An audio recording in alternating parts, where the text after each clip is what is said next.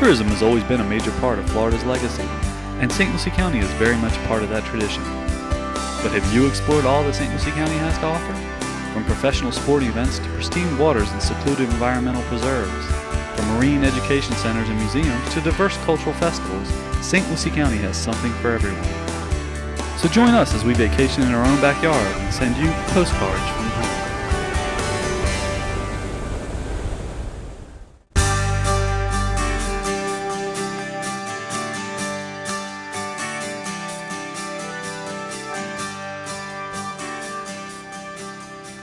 Welcome to Postcards from Home, a show that highlights St. Lucie County's natural and cultural treasures. I'm your host, Eric Gill, and each month we take a look at some of St. Lucie County's best-known parks, museums, and nature preserves, as well as highlighting some of its best-kept secrets.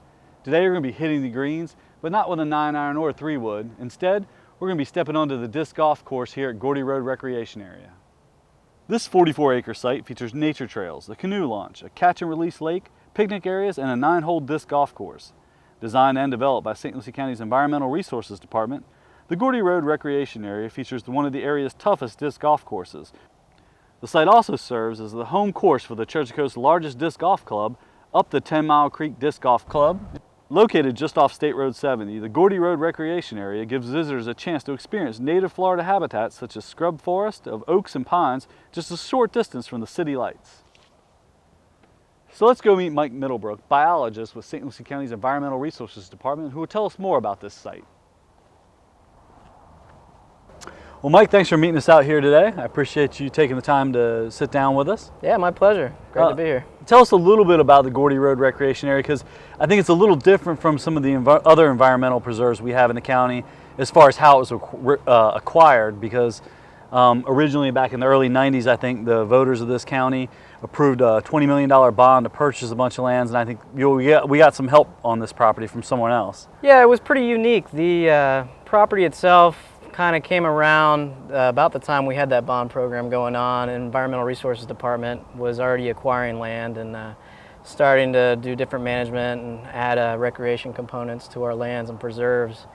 And the South Florida Water Management District actually approached us and wanting to do some restoration in the area, the Everglades restoration projects, and they were able to acquire this land, and we actually lease it from South Florida Water Management District and bring a different recreation component here. Yeah, because it is a little different from some of the other nature preserves. That they were set up for really for passive recreation, hiking and bird watching. And this has more of an active aspect because you've got the 9-hole disc golf course, right? Yeah, the disc golf course brings it, to a different point. We do have some hiking trails and a lot of birding opportunities, a lot of different things to do out here, but the disc golf course kind of makes it unique.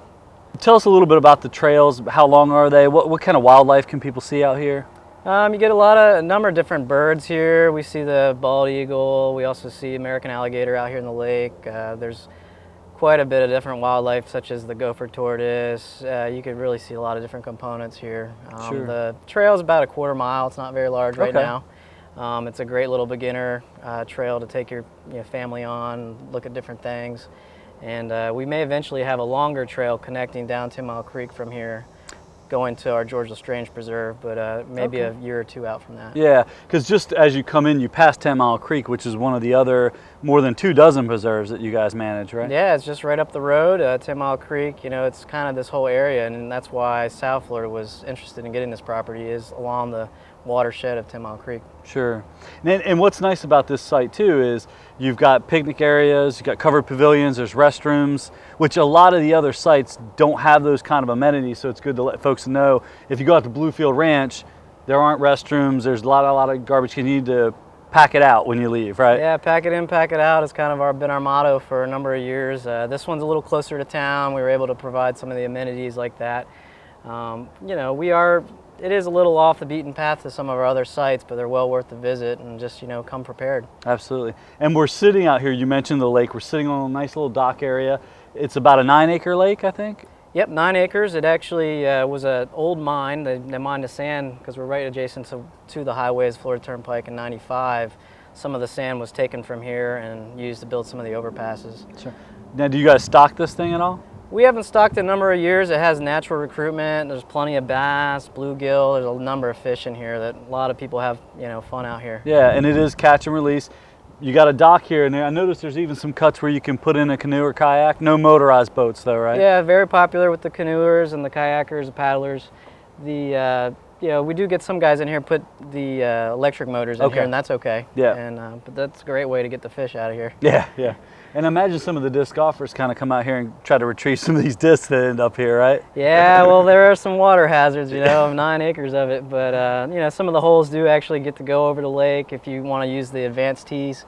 It's pretty neat to see those guys really throw it. Well, we'll see how I do with that later on in the show. I don't have much hope for it though. We'll see how it works out. Good luck to you, beginner's luck. Yeah. Well, get back to some of the preserves. They're open 7 days a week, 365, a year, right? They're open all the time? We're open year round. We got, 24 sites all over the county. ERD manages pretty much all the lands west of the Indian River. You can go out dawn to dusk. We're open, after dark and just after sunrise. And the gates are, open 7 days a week. And if folks want to find out more about those sites where they're located, the county recently added a new interactive map, which you can search by amenities, whether you're looking for beach accesses or dog parks, or you can search by park name. But you also, the Environmental Resources Department, I know, is in the process of updating their website too, through the county. Yeah, absolutely. If it's the same, stlucieco.org, our government, and /ERD. It's a great place to learn about some of the preserves. We got trail maps, some of the brochures. You can print them off before you go, in color. A lot of our brochures are in black and white, and you can learn about the trails and see which ones you want to go see. The stuff you can see out at the different sites, it's all listed there on the web. Yeah, and even on at the sites themselves, you guys are pretty good. You guys weatherproof boxes for the trail maps, and once you're out on the sites, they're all marked. If there's not a trail post on the trail, look at the trees. You'll see spray painted what they call trail blazes, right? Yep, trail blazes. We mark all our trails. We're upgrading some of the sites with the trail markers, especially you mentioned Bluefield earlier. We also provide the big kiosk at each of the trailheads that has the big map, and the brochures are there at the sites. We're currently upgrading some of the kiosks, to bring the maps out a little bigger and, kind of help people get around. Now, and you mentioned upgrades and amenities at kiosks, but I know you also done a lot of work to make improvements for equestrian riders and horse trails at Bluefield, Pinelands, some of the other ones out west. that's a big push right now. We're really kind of drawn from that community. As we know, St. Lucie, our western lands are very active equestrian folks, and they've shown some interest in some of those sites, and we've been able to kind of focus our efforts to try to bring a little more element of ecotourism to the sites and get some more people out there, bringing the trails back in order. We've done some amenities, hitching posts, different things, provided water at certain sites, and even this site was in the future may be equestrian use if the water management area next to us ever gets unveiled. Sure. Now, what about if folks are interested in volunteering? I mean, it's a lot to maintain. You guys have more than 7,000 acres of lands. Do you ever have a need for people to come out and help remove exotics or take out old fence posts or anything like that? Or yeah, we've utilized volunteers a lot in the past. We had a Pepper Busters group that helped do the Brazilian pepper removal. That's a lot of physical work.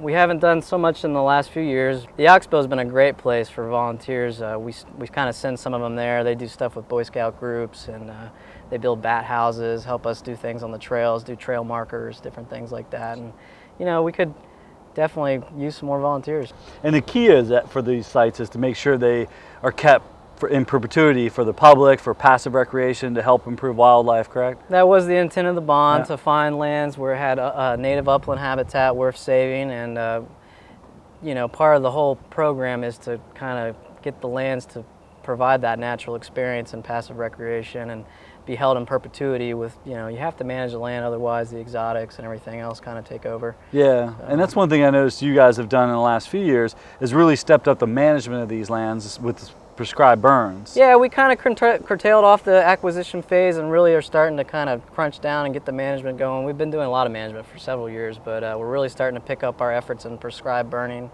and attacking the Brazilian peppers, the exotic and nuisance plants, the invasive plants, basically, to protect the habitat that we now own. Yeah, and another program that's separate from the Oxbow that the Environmental Resources Department does is this nature series you guys run in the winter, and it's usually once a week, typically on Saturdays, but I think this year there's a couple Wednesday, or during the holidays there's a weekday dates, but they're free tours, and it's basically a guided naturalist that takes you out on some of these sites. Yeah, if you've really been thinking about coming out to some of our sites, it's a great way to do it. It's a guided tour, it's free. We just take reservations. You can reserve an area for several people. We take up to 15 participants per program, so it's a very successful thing, being free, and it's a great way to see the preserves. Well, Mike, is there anything we didn't get to mention about environmental resources or any of the nature preserves that we?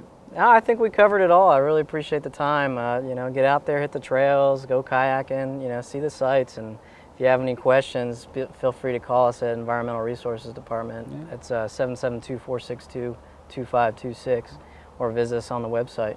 Yeah, and just remember that to take only pictures and leave only footprints, right? Absolutely. Pack it in and pack it out. Right. Well, Mike, thanks for taking the time out today. I know you got a lot on your plate with 7,000 acres to manage. My pleasure. Great.